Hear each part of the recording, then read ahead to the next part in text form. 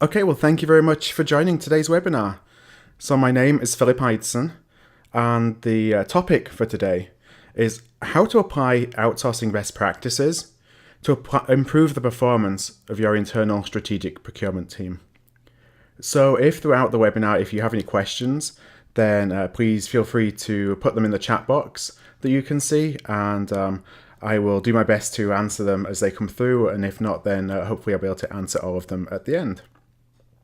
The webinar today should take no more than 20 to 30 minutes. So, I appreciate you taking the time after your day to join me.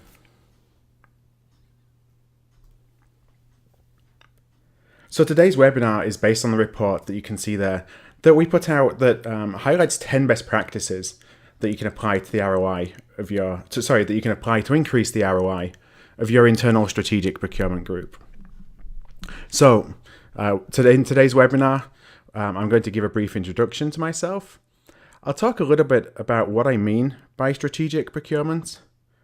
We'll do a deep dive on 3 of these best practices that you can apply today to your internal teams. And then I have 7 others that we'll just do a brief overview on. And at the end, a short discussion of should you be considering procurement outsourcing as a tool to increase your procurement ROI. When it came to looking at this subject, procurement outsourcing isn't for everybody, but there are a lot of practices that service providers put into place that really benefit internal teams. So I think that even if it's not right for you to go with the route of procurement outsourcing, there's definitely things you can take and learn and implement to improve the ROI of your internal group. So that was really the thinking behind putting the report out and then the webinar for today. So who am I? So I'm Philip Ideson. I have 15 years of experience really across the entire procurement value chain. So I've worked in direct, I've worked in indirect, I've done supplier management, sourcing, category management, really touched on everything. I've done that across multiple industries, so manufacturing, CPG, financial services, tech, pharma, to give some examples. I've also been fortunate enough to work in India, in the UK, and in the US. So I've been a head of procurement for the international segment of a financial services company. And I've also had buyer and provider experience of outsourced procurement services. So I was an early buyer of outsourced procurement services back in 2007, 2008, when it was in its infancy. And then most recently, I've delivered outsourced procurement services as well. And just a couple of months ago, in fact, just September, so 6 weeks ago, I founded my own niche procurement advisory firm, really focused on helping companies decide if they should outsource any of their procurement, and if they do, how do they maximize the value of their investment? So I talk a lot about strategic procurement, and you can break that down into a 6, 7, 8-step process. I think we've all seen various different processes from various different firms that talk about what the procurement value chain is. When I teach, I really just break it into 3 simple ones. So deciding what you want or need as a company, how you buy it, how you pay for it, and then how you ensure you get what you pay for, and hopefully you get more than what you pay for. So when I look at the strategic aspects of that value chain, it's really looking at where there's a high ROI. So which parts of that value chain should really be considered as an investment rather than a cost. Those areas require upfront investment, but there's a lot of significant long-term rewards associated with it. And I think our job as procurement professionals is to really maximize the value that our company places, that our company invests in procurement, and to put our stakeholders in a position to be the best at what they do. So what is it that they need to do? Is it, whether it's indirect, it may be to be the best at portraying the message of the company from a marketing perspective. So how do we enable that? If it's on the direct side, it's how do your suppliers enable the best possible product that your company can take to market? So I think that's really our role, and what I mean when I talk about strategic is how we enable that. So I will talk about 10 best practices and focus on 3 of them and with a summary of 7 others that procurement outsourcing and successful procurement outsourcing engagements do well. So this is the first one. To have a formal statement of work with KPIs that state services being provided, roles and responsibilities, and the minimum expected performance levels in place. Essentially, you're creating a contract with your stakeholder group.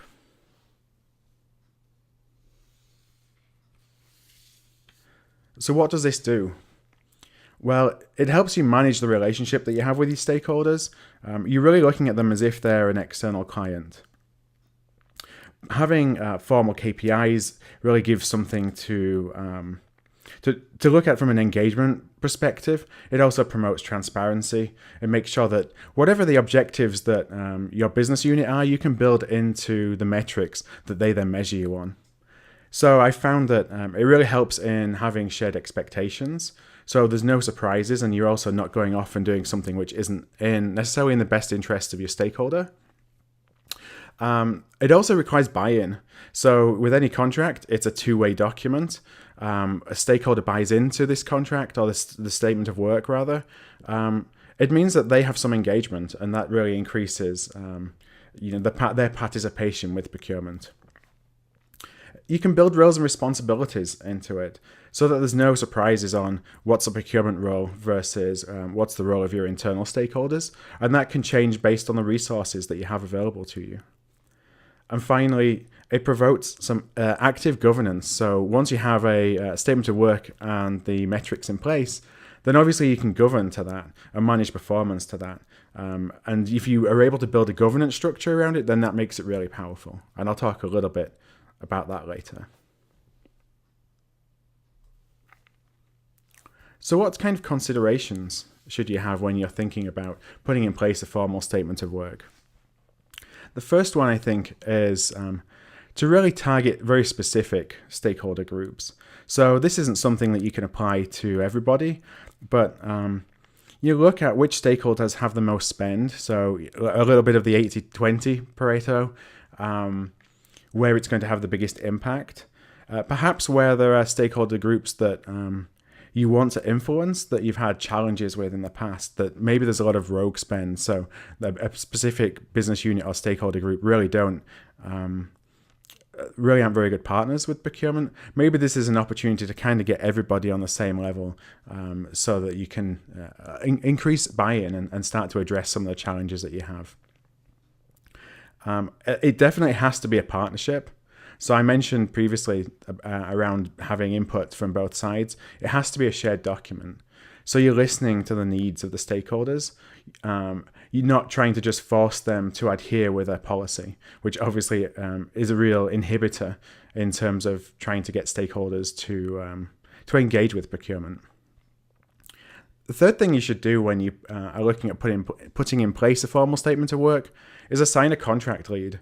So I think of them as, it could be a key contact, it can be a program lead for a particular for procurement with that particular stakeholder group, but have somebody that is responsible for the delivery of what you've signed up to in that statement of work, and then empower them so they're actually able to deliver on it. Because the worst thing you can do is you can put the statement of work in place, you don't have the capability to deliver it, and you don't empower the leaders that you've asked to deliver it to be able to deliver it. And finally, look at launching slowly. So select a pilot group. It could even be a group that is more friendly to procurement, to see if this works, see if it works within the culture of your organization, and then just build upon that. I think once you've done that, you can refine it, but also having an advocate to share that it works will allow you then to launch that into more difficult areas of the business.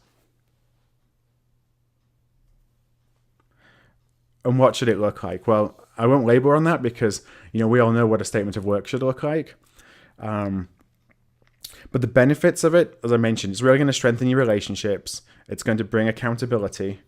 Ultimately, that's going to increase spend under management. And it makes sure that you're both on the same path. And that's particularly important should the objectives of stakeholders change so that you remain relevant. Having a formal statement of work is something that obviously every outsourced procurement program has to have, just because the nature of it being a third-party relationship, but it really starts to drive, when it's used well, it really drives discipline that you can then build governance around.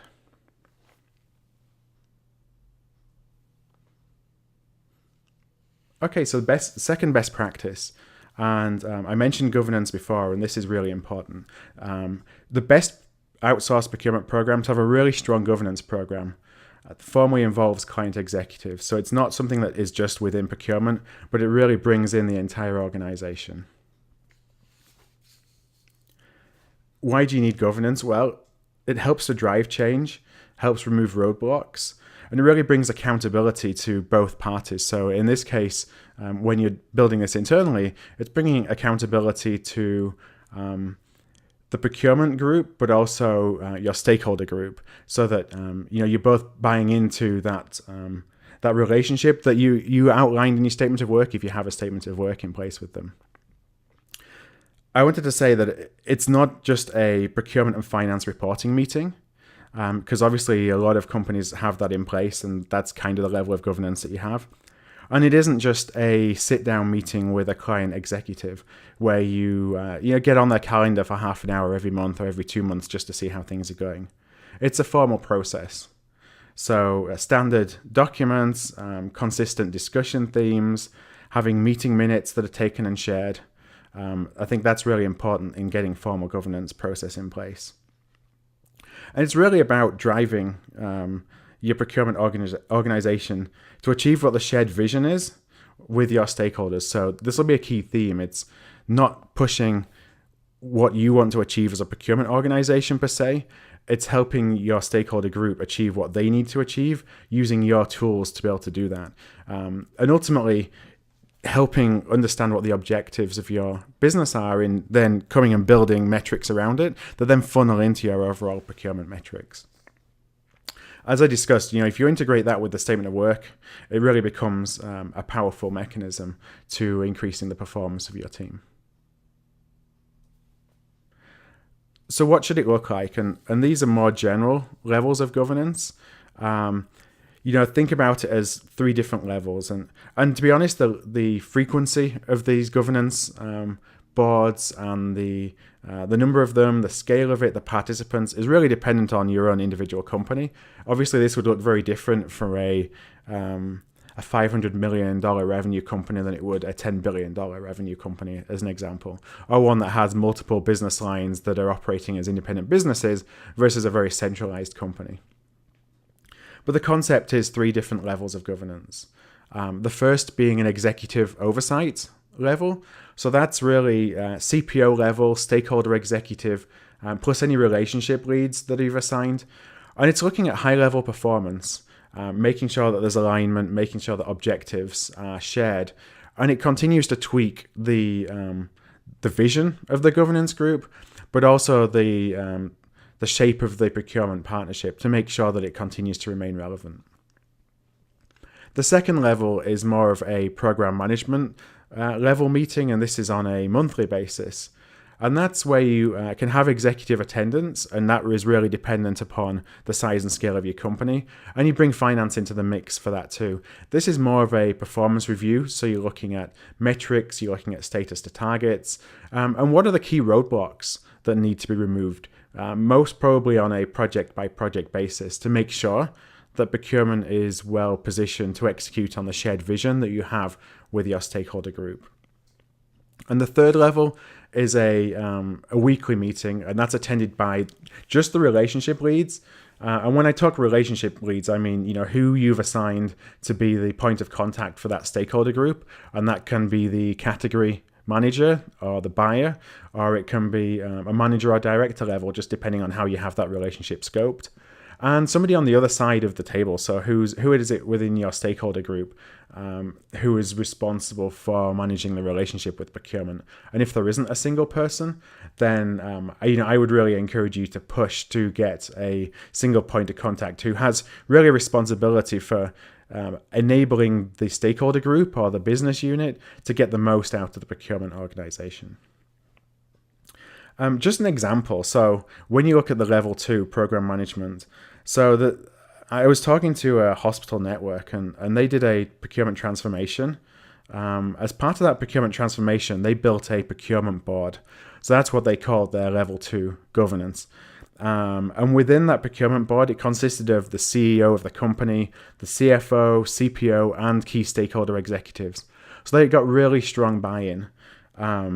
Those are the people that funded procurement in the first place. So procurement was accountable to this group to show an ROI back to the business, but also those people were had invested in procurement and a procurement transformation because they believed that procurement could drive more value. So they used this forum to measure the progress of against the metrics that had been set, but also to prioritize initiatives. So this company had a limited amount of resources, couldn't go and do everything all at once, and so had to prioritize. And obviously, when you're working at the stakeholder level, there's different priorities based on different stakeholders, but one person's priority may not be an organizational priority. So this group was really good at determining what the company should really be focusing on from a prioritization level, what the procurement group should be focusing on. What they were also able to do was to drive change. So obviously, as part of any transformation, that's one of the biggest, if not the biggest, inhibitor to change to success is the change.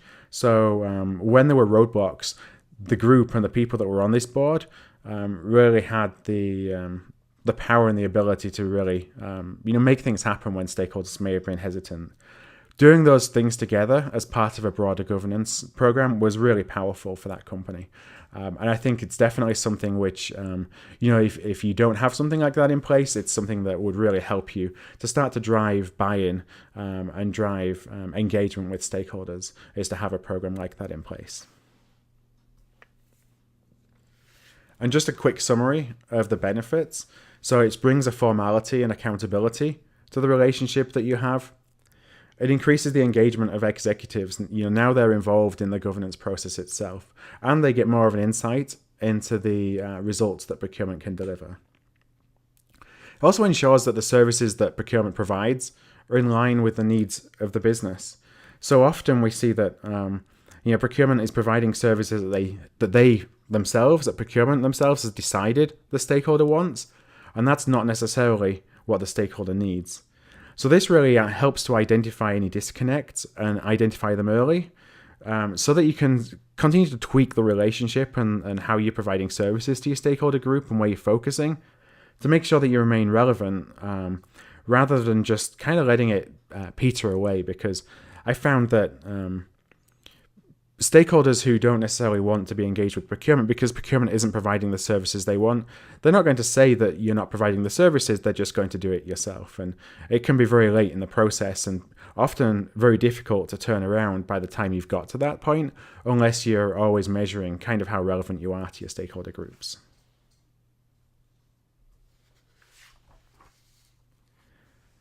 Okay, so the third best practice is stakeholder level planning. So plan marketing, communications, and onboarding at the stakeholder level. So what do I mean with that? Well, you treat each major stakeholder as if they're a sales prospect. Think of them as a client, as a prospect, and build an individual strategy that brings them into the procurement funnel. First of all, you need to really start with a stakeholder map. So who are your stakeholders? Map the suppliers that represent the top 80% of spend, again, as an example, as a place to start, against a stakeholder or a spend owner.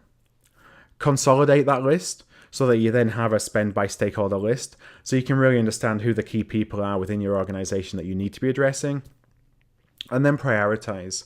So who are the specific stakeholders that, and it's based on their importance or maybe their how they've engaged with procurement in the past. Target them to build individual stakeholder strategies around. And so this is an example of a funnel and how that can work. So stage 0 is a prospect. So that's a stakeholder that you've identified as somebody that you want to work with and that you think there should be a strong partnership with procurement and the stakeholder, but you're not really currently engaged with them.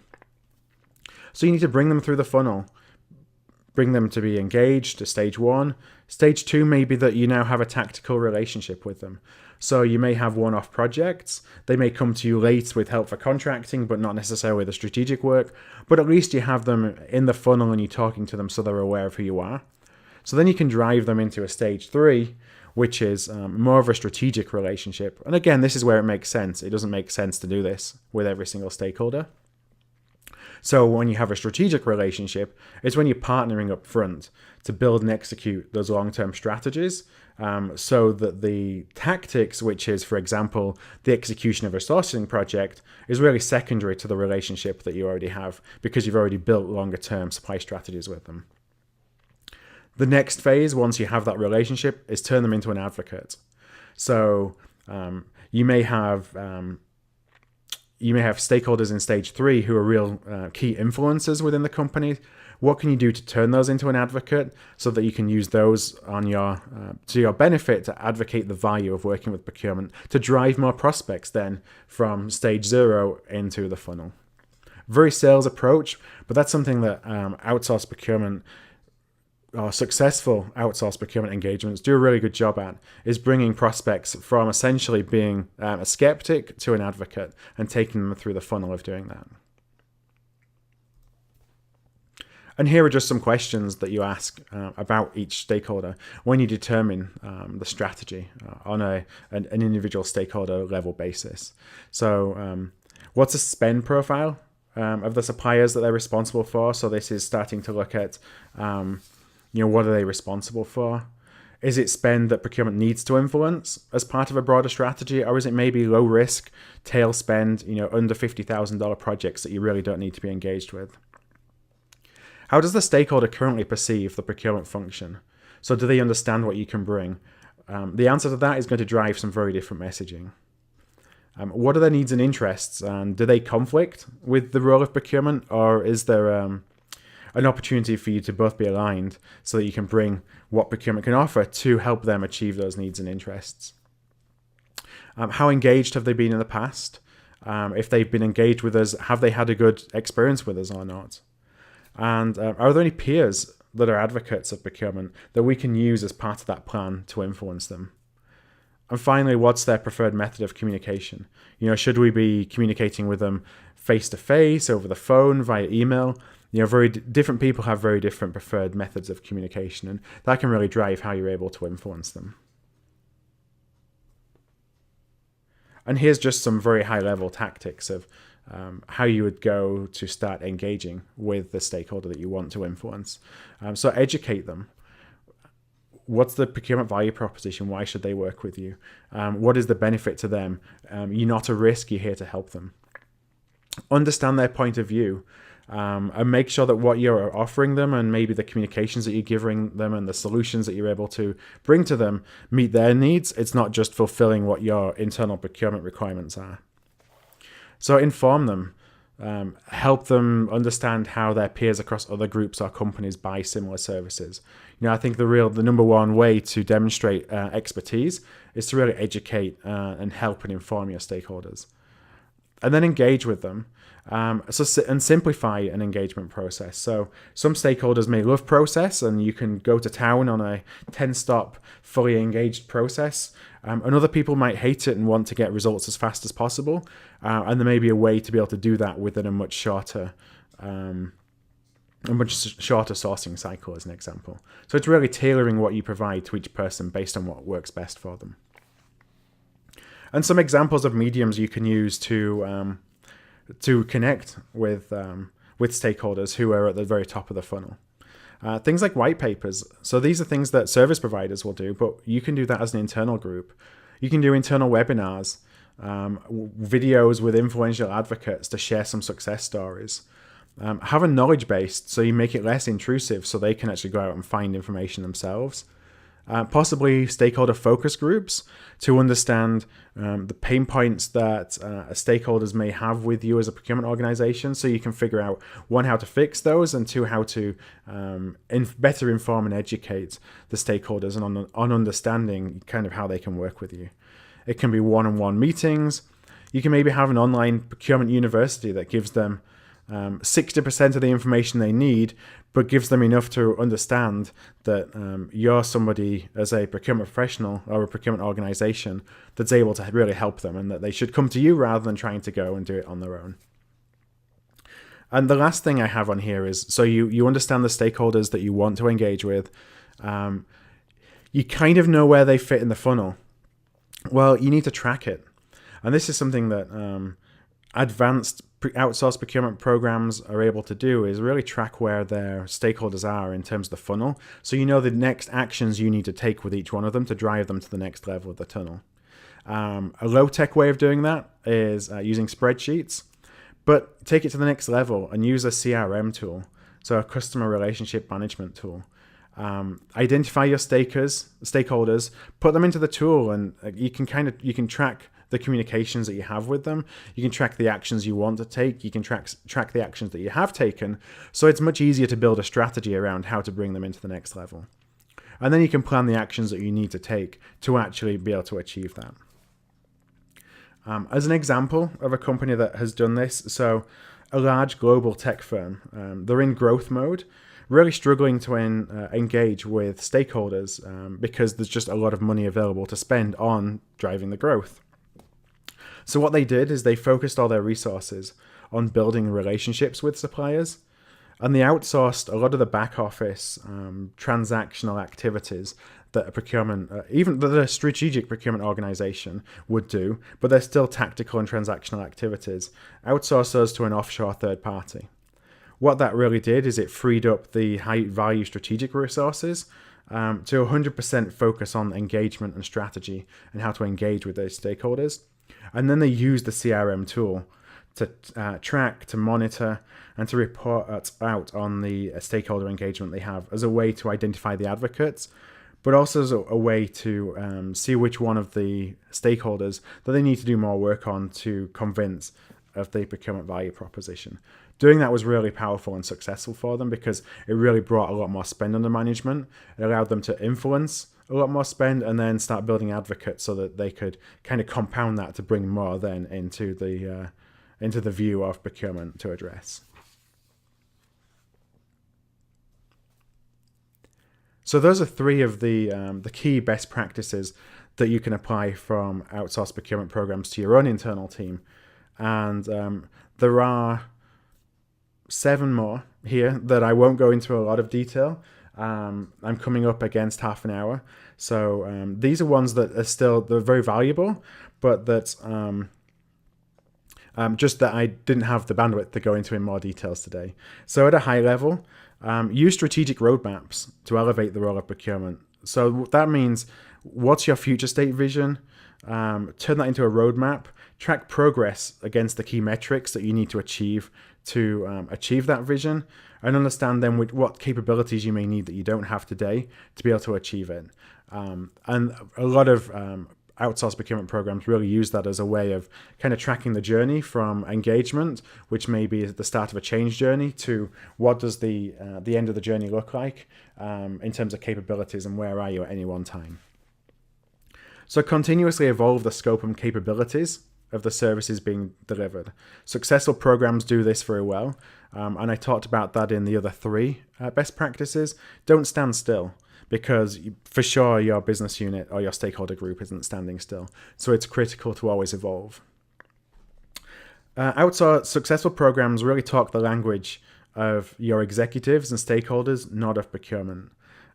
Not talking cost savings. Cost savings, you can talk within the procurement community and maybe with finance. And if you have some very cost-focused stakeholder executives, but for the most part, really use value and you reduce risk. Increase value, reduce risk across your supply base, not saving money.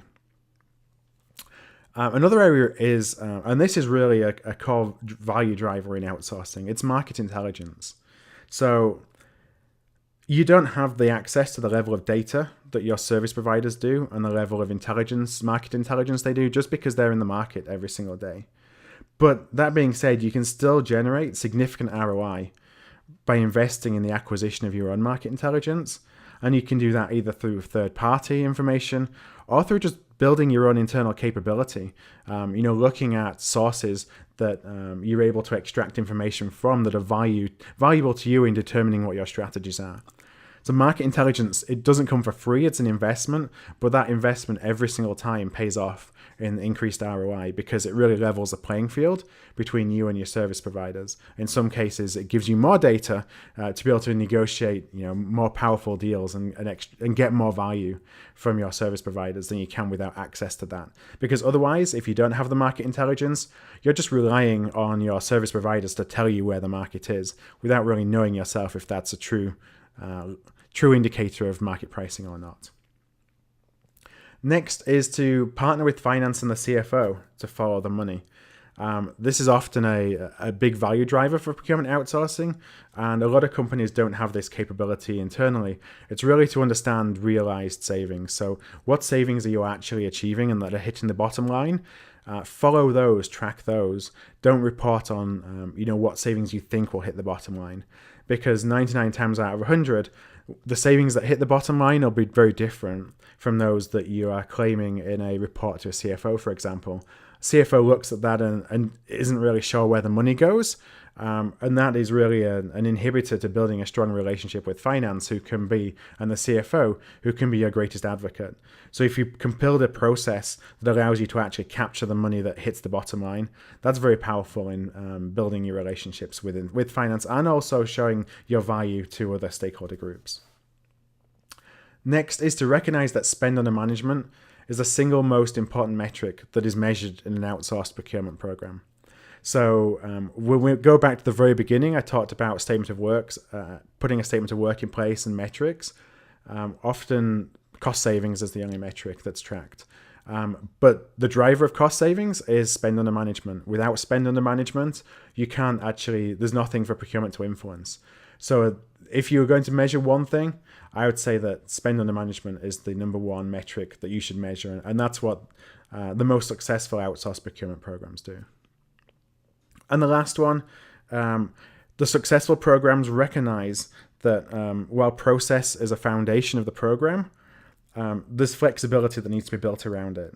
So you can have repeatable processes. Those bring consistency. They bring discipline to the services you deliver.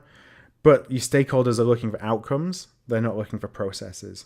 So that really needs to be reflected in how you think about the flexibility around your process. Don't just push a procurement policy and a procurement process, because that's really going to easily turn off 80 to 90% of your stakeholders that you're trying to influence.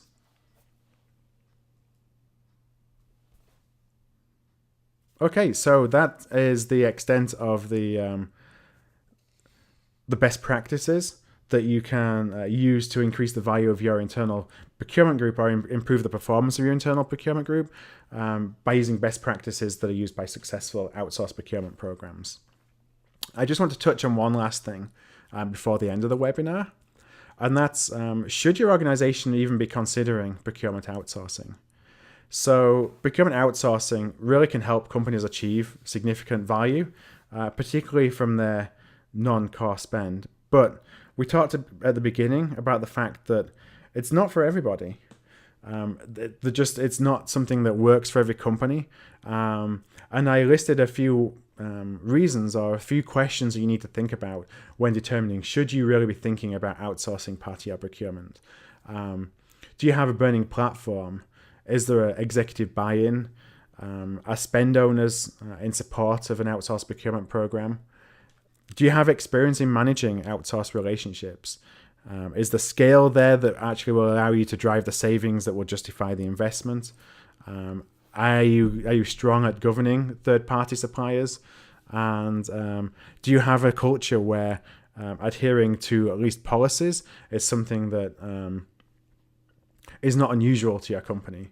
You really need to think about all of those before deciding whether you should take the leap into using a delivery model such as procurement outsourcing. It's not to say that if you don't have those, then it's not right for you, because absolutely a big part of procurement outsourcing is driving change. So you expect a lot of those not to be present, but you need to have really strong commitment to change to be able to achieve those, to be able to maximize the value of outsourcing if you choose to go that route. And there's many reasons why companies do go that route, and there's a lot of benefits of using procurement outsourcing. It can be transformative. So if you don't have you may not have strong capabilities within your company today. You want to get those capabilities, and it's really difficult to hire for those capabilities, or you just don't have the scale to hire the people you need internally. Then that's one real good reason to look at procurement outsourcing as an opportunity to increase the performance of your procurement. It may be that you're a larger team and you just have gaps to fill, and you're finding it very difficult to hire for one particular category, for example, or to get market intelligence in one particular category. So a much more targeted approach is also a way that larger companies benefit from it. By outsourcing your procurement or part of your procurement, it gives you access to subject matter experts. They have up to the minute market intelligence, which is very difficult to build internally without a large investment. And I've found that when you have subject matter experts on the other side of the table, it helps you to build some really strong stakeholder relationships, because the stakeholders think that they're talking peer-to-peer. Oftentimes, the outsourced procurement programs are bringing in subject matter experts who have actually worked in, for example, in marketing, have worked in the agencies. They're not necessarily procurement people. So it's more of a peer-to-peer conversation versus a stakeholder to a procurement person relationship. Also, where they're great is if you're looking for flexible delivery models. It may be that you want to invest in a core competency around certain areas of procurement, which really help to drive value in your company. But you want to be scalable for the rest. That kind of scales based on demand and based on either if you're in growth mode or perhaps you're getting smaller as a company and don't want to have a fixed cost. So that's another area where it's a benefit. But you have to consider whether you're ready for that or not by looking at those factors that I listed on the slide. So that's really the end of the webinar. I want to thank you for attending today. I didn't see any questions come through on the webinar GoToMeeting. So if you do have any questions, then please just type them in. I'll be happy to answer them. I will be happy to talk with you individually about anything that I discussed in the webinar today. My contact details are on the slide. Ideson@ProcureChange.com is my email address. Alternatively, if you just are interested in learning more about procurement outsourcing, I have a 12-module video course called Procurement Outsourcing Basics that is available. You can go to pobasics.com, just type in the promotional code ProcureChange, and you can get free access to that. And that's 12 modules. It's 2 hours of content. It's PDF downloads. So it's really a great introduction to procurement outsourcing. If it's something that you're thinking of, but you don't really understand and would like a little bit more information about what it is, how it benefits you, what the risks are, and if it's something you should really be thinking of investing some more due diligence in. Okay, so with that being said, we're 40 minutes in, which is kind of perfect timing to what I expected today. So I'd just like to thank you very much for your attendance and enjoy the rest of your week. Thank you for attending.